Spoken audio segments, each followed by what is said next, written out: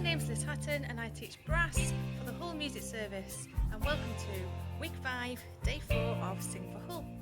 This week's featured instruments are the trombone and the euphonium.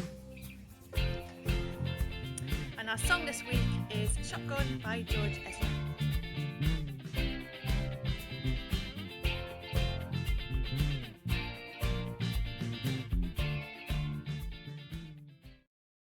So how old is the trombone and the euphonium? Well, the trombone is more than 500 years old. It was used in music of the 15th century, and until the 18th century it was called a sackbut, which comes from the French word secure, which translates to draw out, which probably means drawing of the sword perhaps, just as the slide draws in and out. The euphonium is a much more modern instrument. It was invented in 1843, possibly, they're not quite sure, by a man called Adolphe Sax, and it is also known as the tenor tuba in the orchestra, because as like the tuba, it's the same shape but half the size. And we'll talk more about the euphonium later on.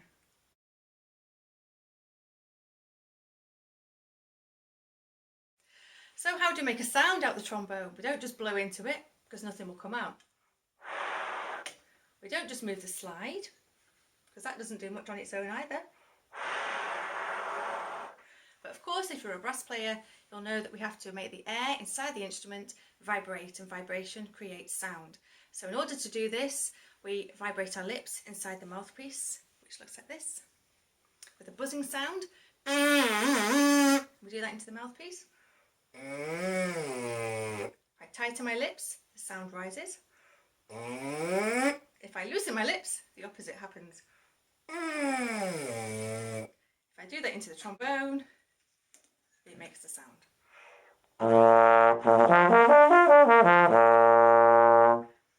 Now the trombone and euphonium actually share the same size mouthpiece with slight differences, and a lot of trombone players play the euphonium as well, and vice versa. A lot of euphonium players play trombone. So I'm actually a euphonium player that plays a little bit of trombone. Euphonium is found mainly in brass bands, wind bands, military bands. It is quite a restrictive instrument if you want to do jazz, orchestral music. So I took up the trombone a little later on. I started euphonium when I was 7, and I took up trombone when I was about 9 or 10, because I wanted to play in orchestras, play in jazz bands, and it's helped me to play in musical shows.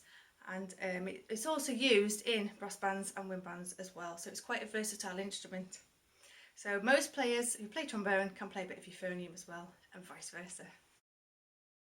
So we're going to have 3 facts of the day for trombone and euphonium, and the first one is that the metal the instruments are made out of is brass, and this is part copper and part zinc. Copper and zinc are vitamins which you find in your food, so during your lifetime you might actually eat a whole trombone. Am I joking? Okay, so when we play the trombone, it doesn't have valves like the other brass instruments. It has a slide that moves in and out, and the slide is placed in 7 positions, and if I blow those 7 positions, you'll hear the notes gradually get lower and lower.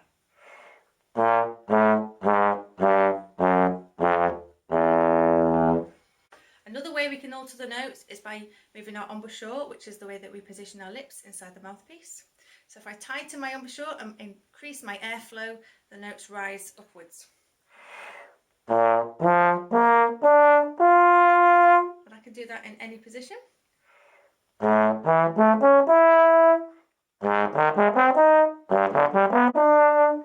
So that's how we vary the notes on playing the trombone. The trombone also uses mutes, which can create different sound effects, often used in orchestras, brass bands, musical shows. One of these that I really like is a plunger, which you clean your toilet out with. Sometimes it's blocked. Obviously this is a nice clean one. So we place the plunger over the bell. The bell is this section here where the sound's coming out of. It acts as an amplifier, so that the tubing flares out at the end to create the sound a little bit louder. So if I place my plunger over the bell,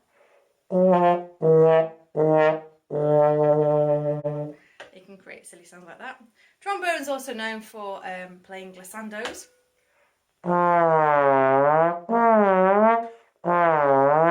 And a good one that you can learn to play if you're a beginner trombone, it only uses 1st position here, closed, and 4th position, just slightly past the bell, is And you can add a little cheeky glissando into that. So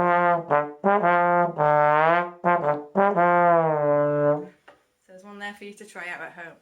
Okay, so that is basically how you play the trombone.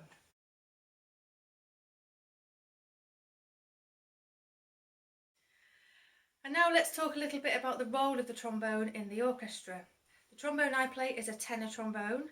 We also have a bass trombone in the orchestra, and to complete the trombone family there are also an alto trombone, which is a little bit smaller, and even smaller still, a soprano trombone.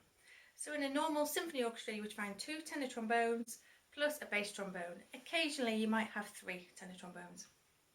And there are so many famous trombone players that you could check out on YouTube, such as Christian Lindbergh, Don Lusher, Ian Bousfield, Tommy Dorsey. There's too many to mention. Fun fact number 2 of today is that Beethoven, the deaf composer, wrote a trombone part in his 5th symphony, and he was the first composer ever to use a trombone in a symphony. I'd now like to play a little bit of Somewhere Over the Rainbow, and I'd like to dedicate this to all the NHS staff and key workers that are working so hard at the moment, and this comes with our heartfelt thanks.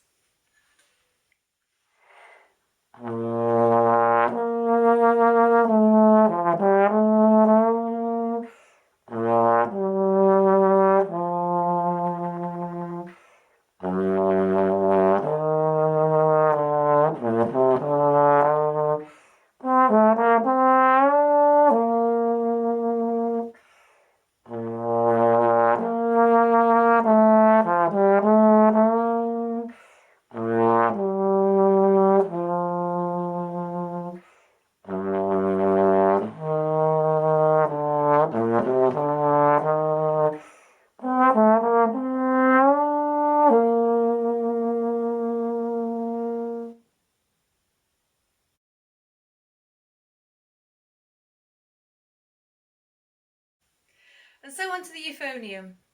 The euphonium is made from brass, just like the trombone, but mine has a silver plating on it to give it a slightly brighter tone. Just as the trombone has 7 slide positions, the euphonium has 7 basic valve combinations, and they look like this.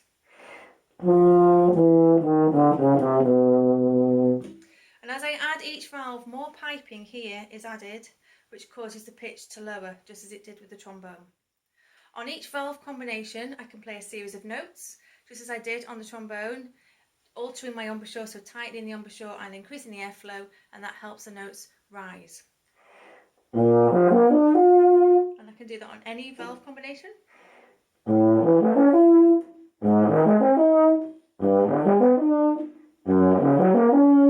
And so on. Most valved brass instruments just have 3 valves here, but euphoniums have an extra valve, the 4th valve down there. This is used to extend the range lower, and in the orchestra the euphonium is actually called a tenor tuba.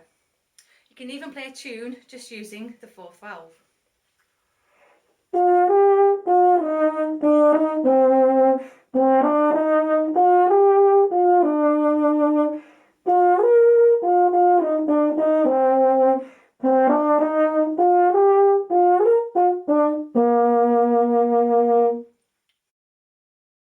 Fact number 3 today is the meaning of the word euphonium.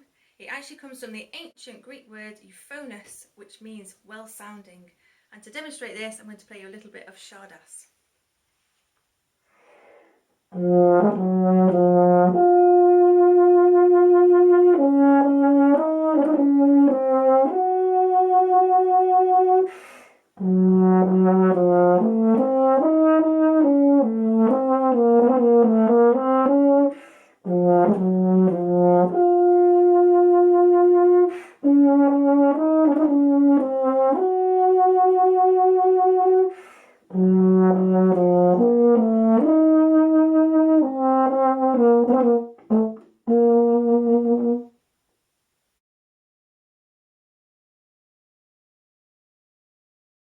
Euphonium is found mainly in the brass band.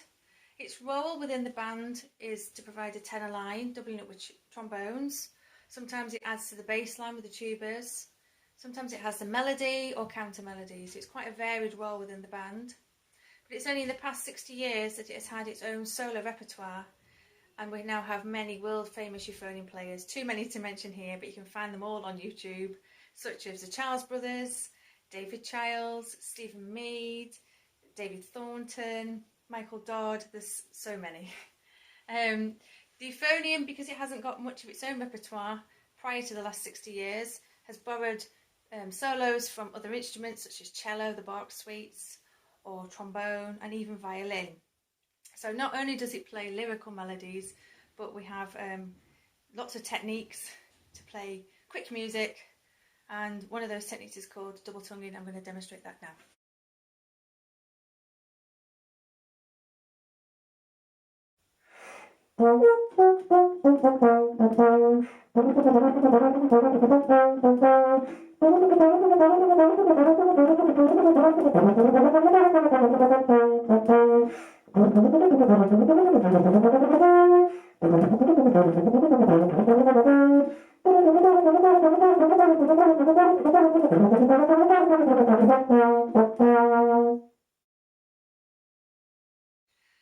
Although the euphonium is used mainly in brass bands and wind bands, it is occasionally written for in orchestras and even musical shows, and I've had the chance to do this several times.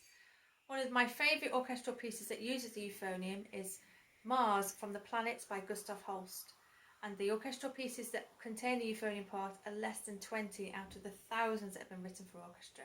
You may recognise this theme.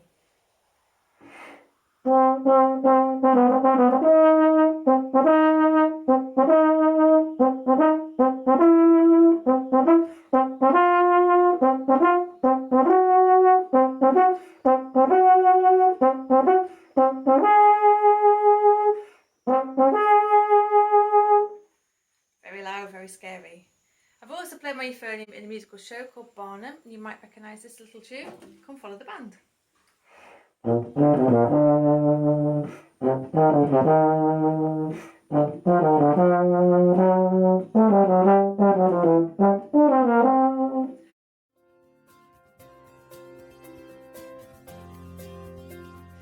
I hope you've enjoyed all that talk about trombones and euphoniums. If you don't play one, you might want to start playing one now. And if you do play one, keep practicing. Stephanie will be back tomorrow with some more performance tips on singing shotgun with style. And remember to join us for the Big Sing at 1:30 on Friday live on the YouTube channel. You can also check us out on our Hull Music Hub website or follow us on Twitter or Facebook.